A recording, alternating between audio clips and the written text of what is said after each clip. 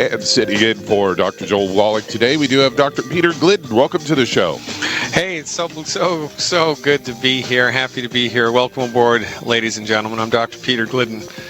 You're a steadfast advocate for health. Happy to sit in for my colleague, mentor, and friend, Dr. Joel Wallach, the unrivaled superstar of holistic medical nutrition, the unrivaled naturopathic superstar of planet Earth in the 21st century.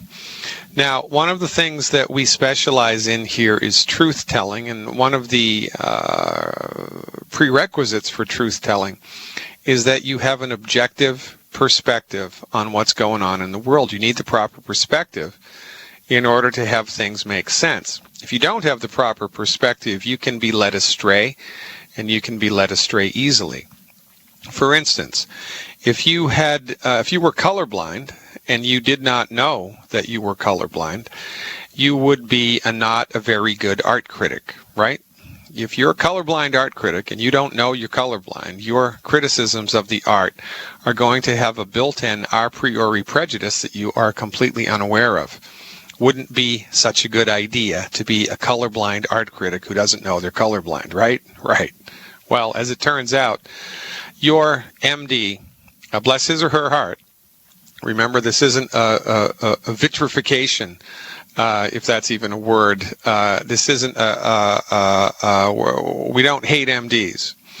Well, but we're here to inform people of the perspective that the MDs bring to bear on the world of medicine, because your life is at stake. Your life is at stake. Your health, your welfare, the quality of your life, your happiness, very happiness, for goodness sake, is at play here.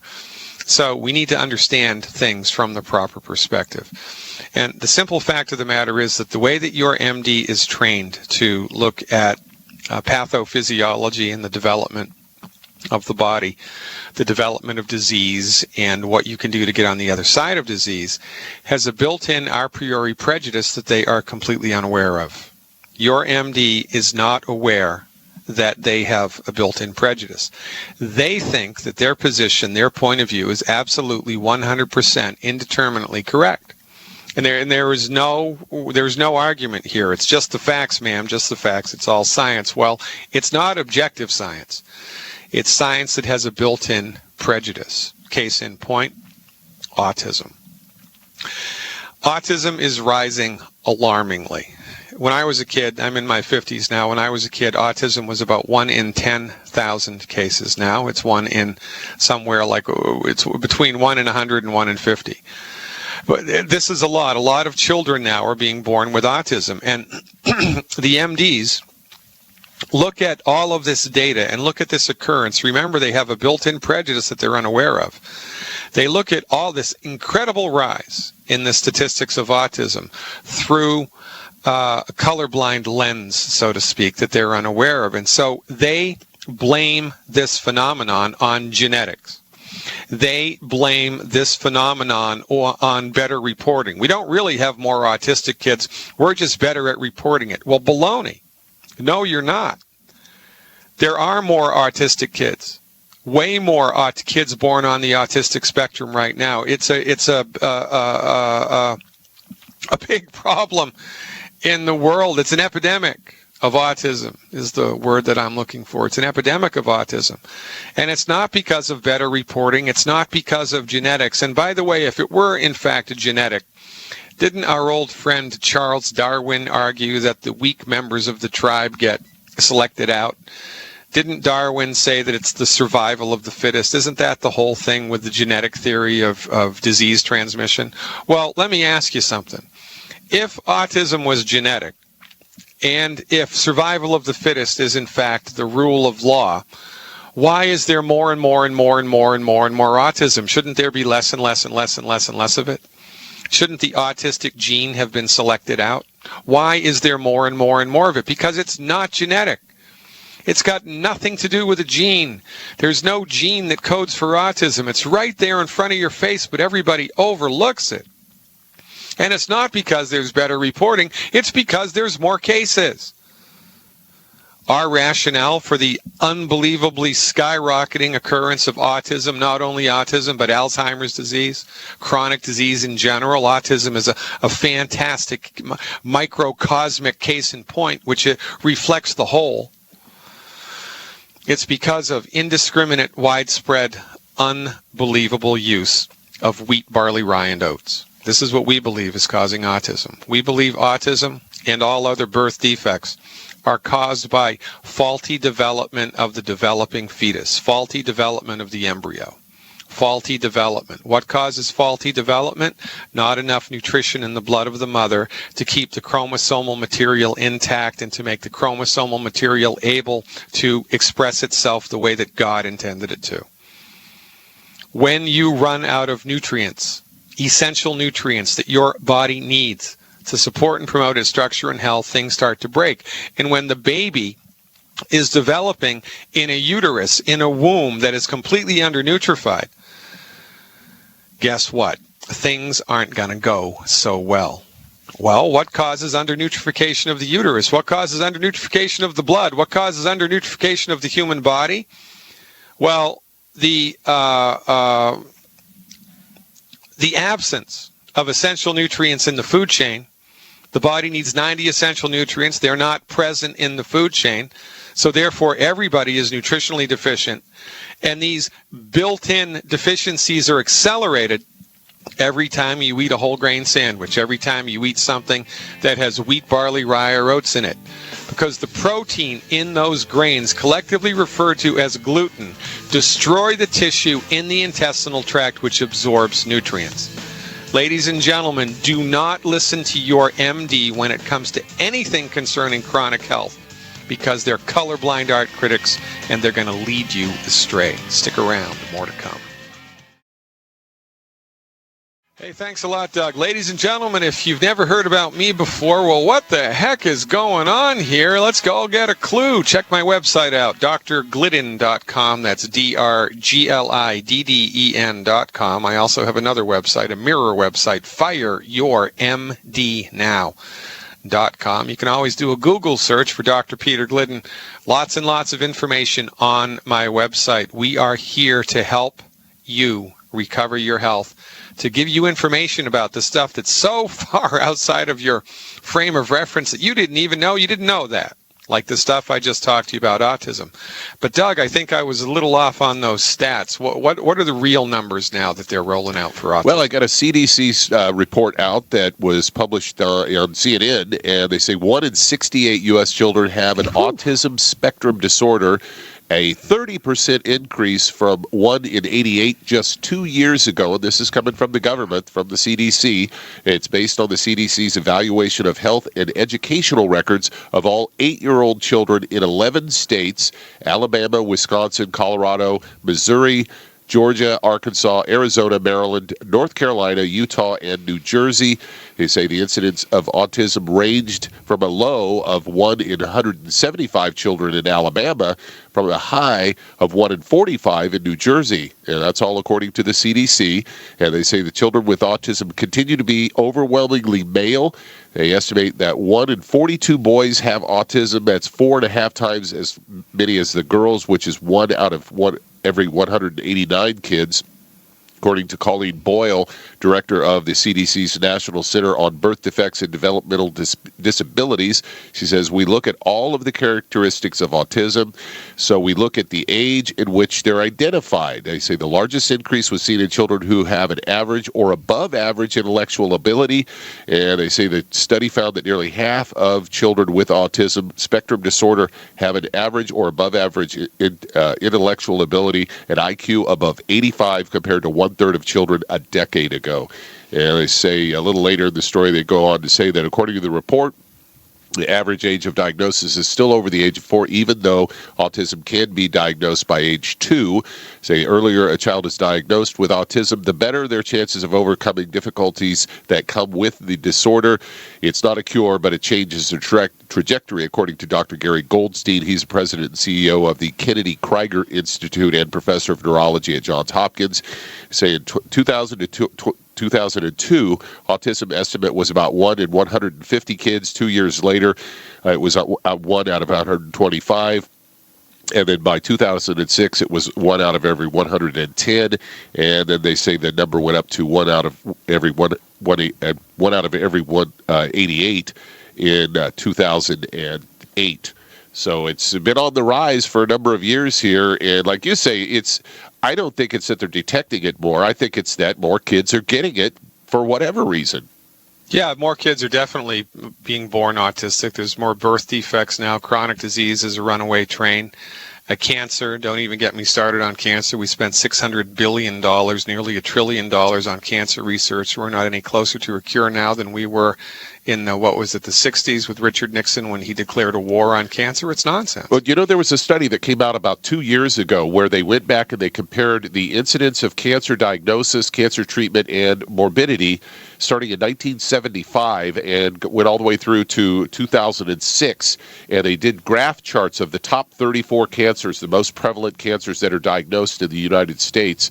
And guess what? When they compared that against census data, the percentages pretty much stayed the same. The only one that went down a little bit was cervical cancer, but all the rest of them, if you looked at the graphs, it was just like a straight line across. So in 30 years of research, 30 years of treatment, it's no better than it was in 1975. Yeah, and people continue to pay their hard-earned dollars, especially in crappy economies like this. Every penny it's a multi-billion-dollar counts. Industry. It's not going to go away anytime soon. But see, the thing about this is this is the only type of an industry where you can deliver no results and you still have business. Because even though the MDs have completely let us down with cancer, even though they've let us down with autism, even though they've let us down with everything, people still write medical insurance premium checks every month. Yeah, now the government requires it in order to gain access to a failed system of medicine. Ladies and gentlemen, the medical system in the United States doesn't need to be tweaked, upregulated, downregulated. It needs to be abandoned. Call us instead. That's a better prescription for health. Hey, Doug, I think that old phone on the walls are ringing off the hook. Who's first? It sure is. Let's head out to Michigan. And Sue, you're on with Dr. Peter Glidden. Hey, Michigan, how many feet of snow do you still have on the ground? I still have a good 2 feet on the ground. Oh, man. I thought this was supposed to be spring. What's going on? Yes, it is. Quite a bit. Yes. Hey, listen, thanks for the call. How can I help? Yes, I have had arthritis for about 10 years, and I was to call after 2 weeks, 4 weeks, and 6 weeks, and it's been since March 4th that I really began the products. I took Killer Biotic for Candida, the osteo, the glucogel, the EFA, the minerals. That's what I've taken so far, and gluten-free. Good girl. Pretty much. All right, so it's been a couple weeks, right? Well, it's been more like 3. Okay, 3 weeks, so how are you doing? What have you noticed? I've noticed that the inflammation in I've been concerned about my hands, my fingers. The joints are somewhat deformed especially the right hand, the dominant hand. Yeah.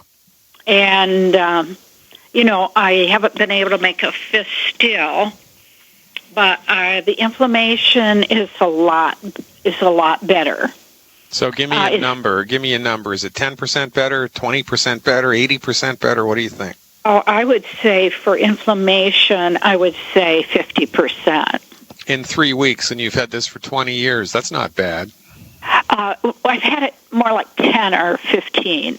Well, even so, I mean, that's not bad. Right. I mean, you've been going to the MDs for, 15 years, and they've got nothing for you. And you do our program for 3 weeks, and already there's specific and measurable, noticeable improvement, and that is a wonderful thing.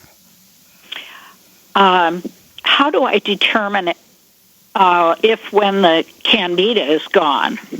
Well, Candida is real tricky, and you're lucky that you called me today, and I'm going to toot my own horn here. I've been doing this for 25 years, and Candida infestations in the body is one of my areas of clinical expertise. There was a book written years ago called The Candida Connection, I think, and I was one of the doctors referred to in it. Candida is a tricky thing to diagnose. It's called a garbage can diagnosis in the field of medicine because there are so many symptoms which Candida can in fact produce that virtually anybody going to any doctor with any symptom, well, you might have Candida because it fits.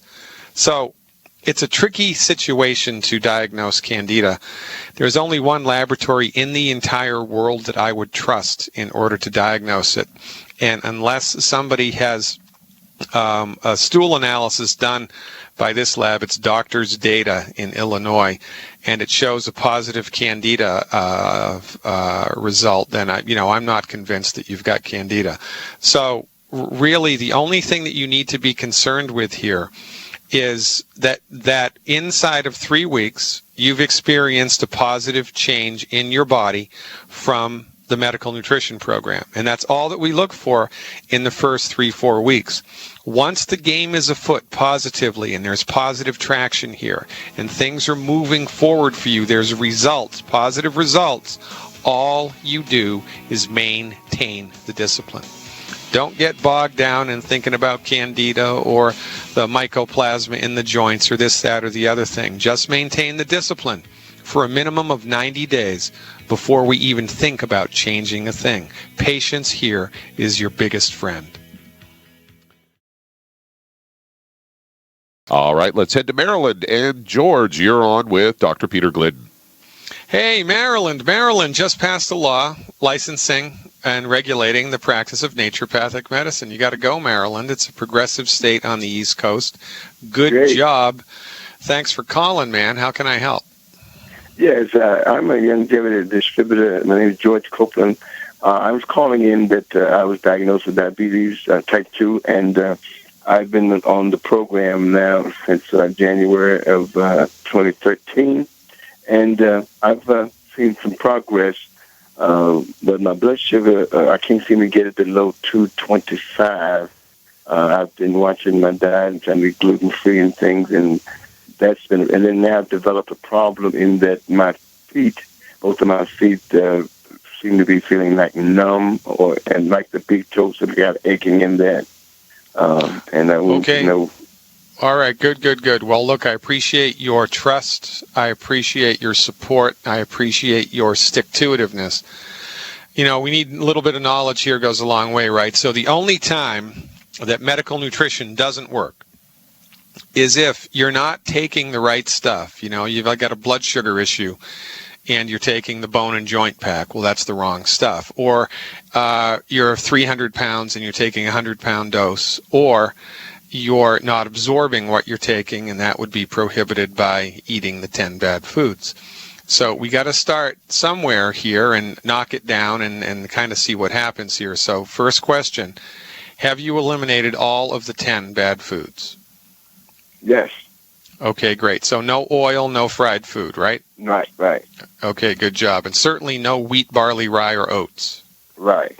Okay, fantastic. All right, brother. Now we're burning on 16 cylinders here. We're going to get this done. So how much do you weigh? I was weighing 269. I'm down to 209.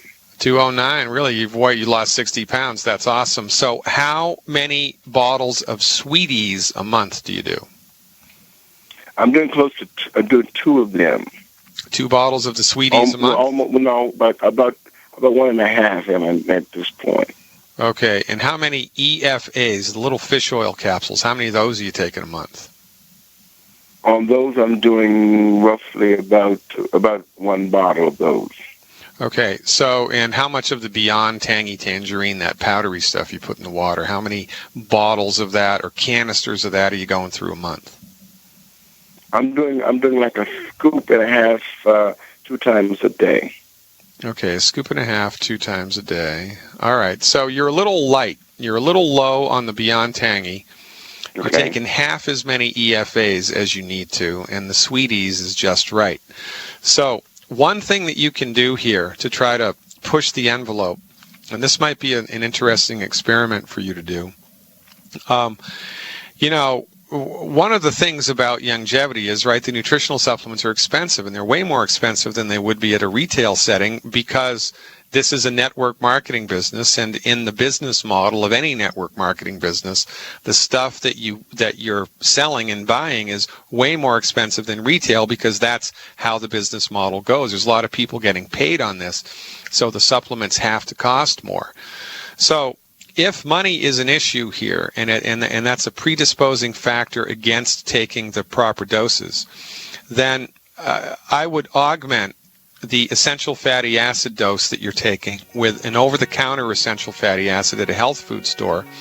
For 14 days, I want you to do 12 EFAs a day. 12 EFAs a day. Combination of longevity and something else. 12 EFAs a day. And no fruit juice, no honey, no sugar, no nothing that's sweet for 14 days. Ramp up the EFAs, go sugar-free. Call me back in 2 weeks with a report. All right, I think George is still on the line with question number 2. What's up, George? Yes, the second one is I have a gentleman who had a stroke on both sides of his brain. It left him where he's partially blind, and he's walks very slowly, and he's interested in getting some products to help to turn his health around. Well, this is an interesting thing to talk about because it was published in a major medical journal. I forget which one. It might have been the New England Journal of Medicine or the JAMA.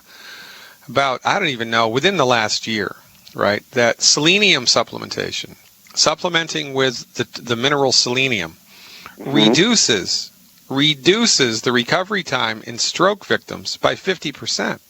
Reduces the recovery time. And that was published in a conventional, medical journal. So the fact that his attending physician does not know that, the fact that his attending physician, the guy that diagnosed the stroke and helped him through it, however he did it, didn't know that, I mean, that's just criminal. As far as I'm concerned, it means he's a lazy, no good son of a gun. He shouldn't be a medical doctor. He should, go coach basketball or something right at the high school. Do something that's not going to endanger people's lives. He's not staying current with the literature, and that's unacceptable, quite frankly.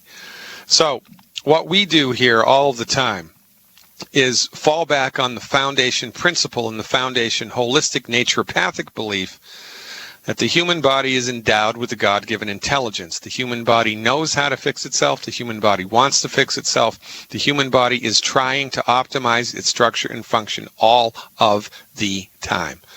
So we don't treat stroke. We don't treat arthritis. We don't treat cancer. We don't treat a darn thing. What we do is provide people's bodies with the raw materials that those bodies need to optimize and bounce back. In this case, the jury's in. He needs selenium. I don't care how much he weighs. I'd give him 4 bottles of Ultimate Selenium a month. 4 bottles of Ultimate Selenium a month, built upon the 90 Essential Nutrient Foundation, which for him, most appropriately, would be 1 healthy brain and heart pack per 100 pounds of body weight per month. Now, there's 1 selenium in 1 healthy brain and heart pack. So if he's 200 pounds, he needs 2 healthy brain and heart packs. You'd have to give him 2 extra bottles of selenium. But that's how I'd roll with that. 1 healthy brain and heart pack and 1 bottle of selenium per 100 pounds of body weight per month, not to exceed more than 4 bottles of selenium a month. Plus, of course, he's got to do just like you do, George. He's got to stop eating the 10 bad foods. You should see a remarkable improvement in his neurological function in record time once you add the selenium and the 90 essential nutrients into his diet, and encourage this guy to fire his medical doctor now. Thanks for the call, George. We got to move on. Doug, who's next? Let's stay right there in Maryland and head to Ann. Ann, you are on with Dr. Peter Glidden. Hey, Ann, how's it going? Dr. Glidden, I have a very strange question. My friend has Q fever. Do you know what that is? Q fever? Okay, I explain what it is. Q fever is something, she has been in the hospital for 4 weeks, double pneumonia. She got it, and, antibiotic resistant. She is on 4 liters of oxygen, and this is how she got it. I explain it to you. She had a dog, and the dog brought in a dead animal. The dog, 40 days after the animal was brought in, died. Same symptoms. My friend, 40 days, it's an incubation period. She has the same symptoms. Now, she isn't dead, but I would like to help her. What can I do?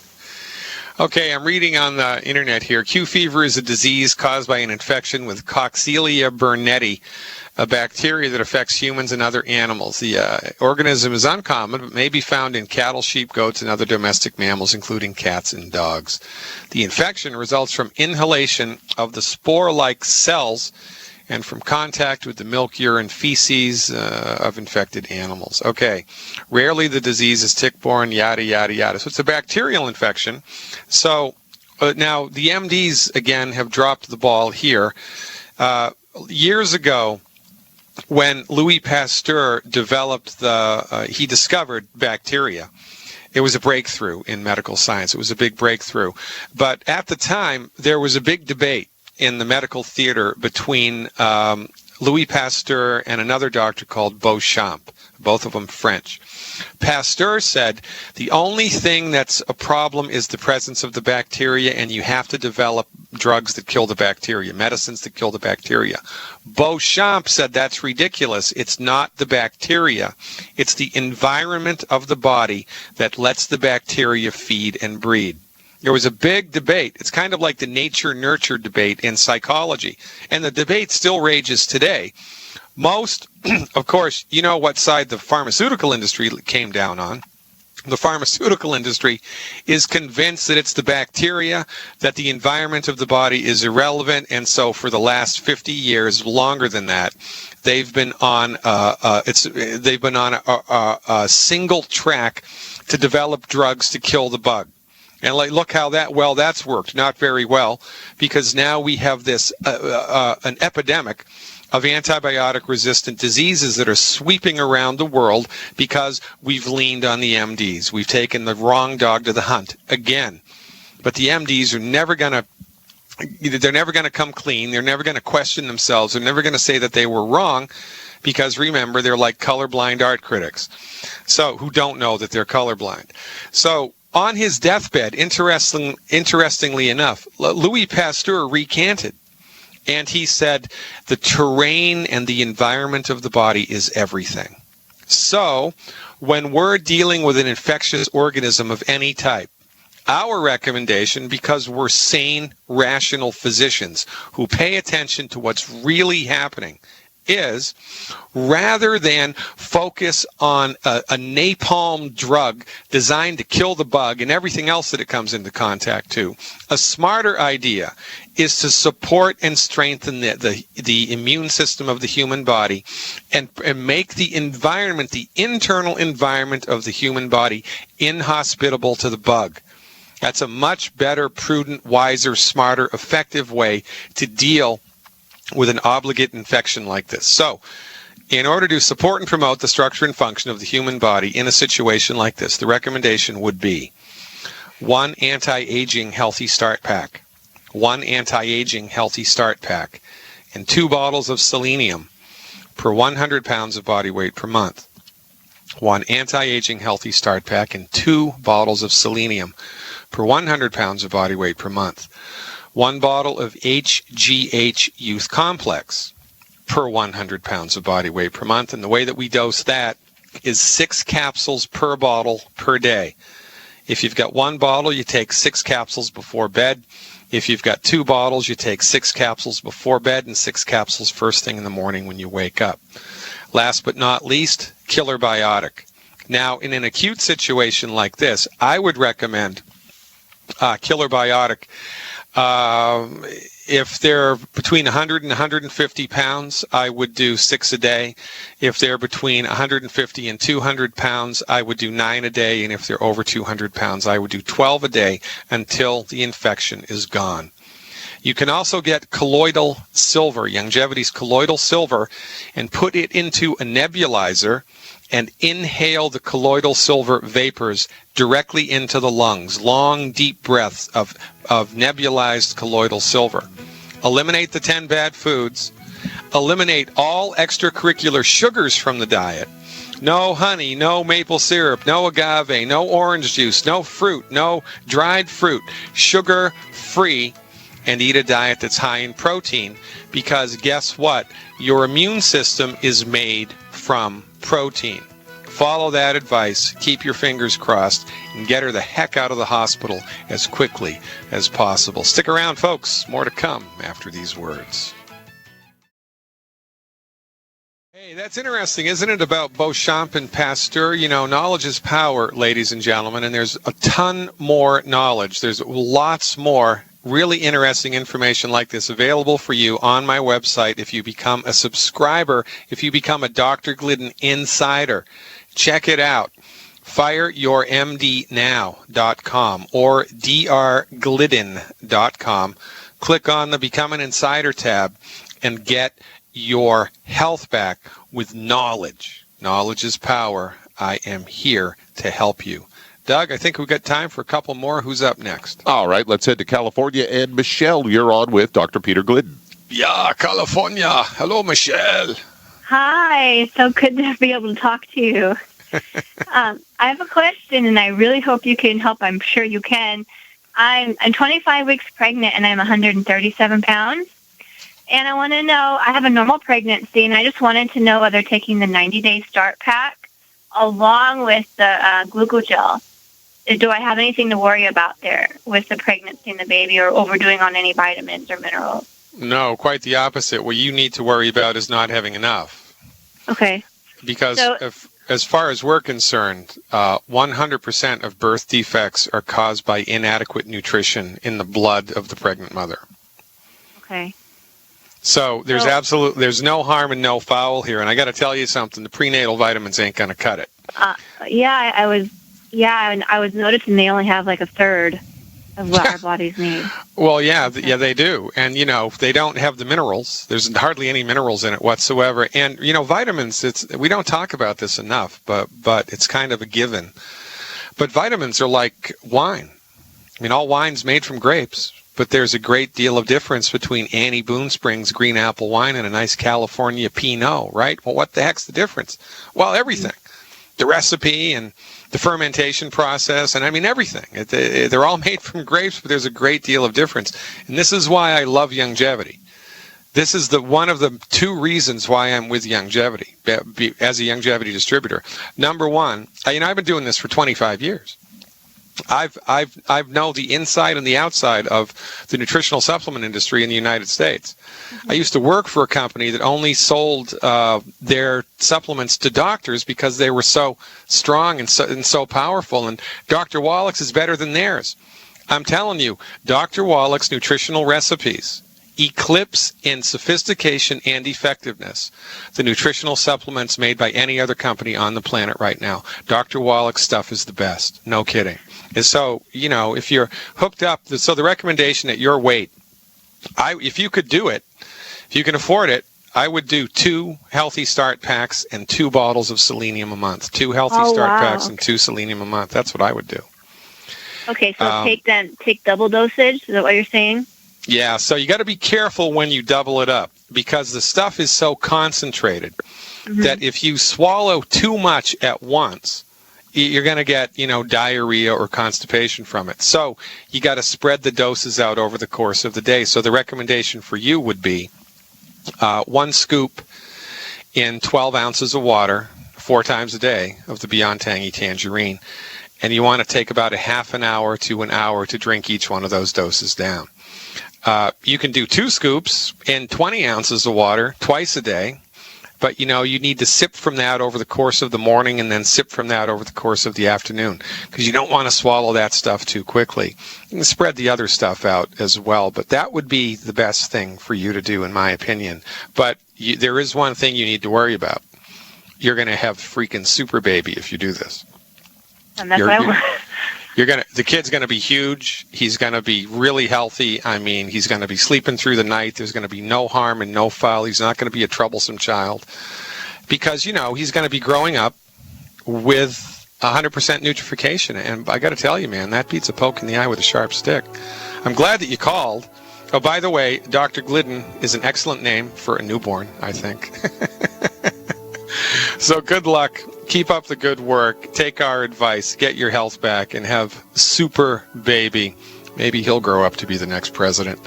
Ladies and gentlemen, I'm Dr. Peter Glidden. Thanks so much for finding your way here. Please check my website out, drglidden.com. God willing and the creek don't rise. I'll see you all in the future.